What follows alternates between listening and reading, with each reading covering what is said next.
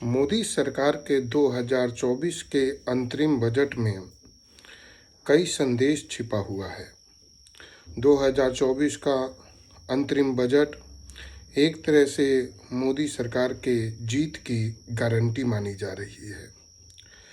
इस बजट में सरकार ने चुनाव जीतने के लिए कोई भी जन लुभावन योजनाओं की घोषणा नहीं की। इसका मतलब ये है कि सरकार पूरी तरह से विश्वास में है। यहाँ तक कि वित्त मंत्री सीतारमण ने कहा भी कि जो जुलाई 2024 में वो पूर्ण बजट प्रस्तुत करेंगी। मोदी सरकार के इस अंतरिम बजट में कई बातें सामने आई।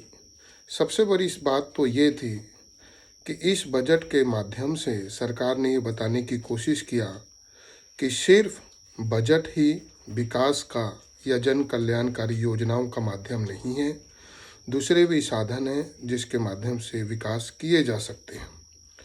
इस बजट के माध्यम से सरकार ने यह भी बताया कि जहां विपक्षी दलों ने अपना आधार पिछड़ी जातियों को बनाया हुआ है, वहीं पे मोदी सरकार का ध्यान पूरी तरह से गरीब, युवा, महिला और किसान वर्ग पे है। अगर बजट को पूरी तरह से देखा जाए तो इन्हीं चारों पर केंद्रित माना जाएगा। बजट को लेकर एक और ख़ास बात देखने को मिली। बजट के अंदर एक तरह से पूरी तरह से दो बातों पे जोर दिया गया। एक तो कि अगला चुनाव राम मंदिर के आधार पर लड़ा जाएगा।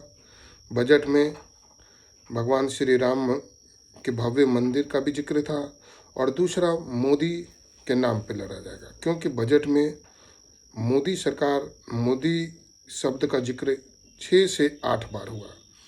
इस प्रकार हम कह सकते हैं कि इस अंतरिम बजट ने दो चीज़ें साफ कर दी कि 2024 के लोकसभा के चुनाव में बीजेपी की जीत पक्की है, और ये जो बजट है, ये बजट ये भी बताने में सफल रहा कि इस जीत के पीछे सिर्फ दो ही चीज़ काम करेंगे: भगवान श्री राम का भव्य मंदिर और मोदी की गारंटी।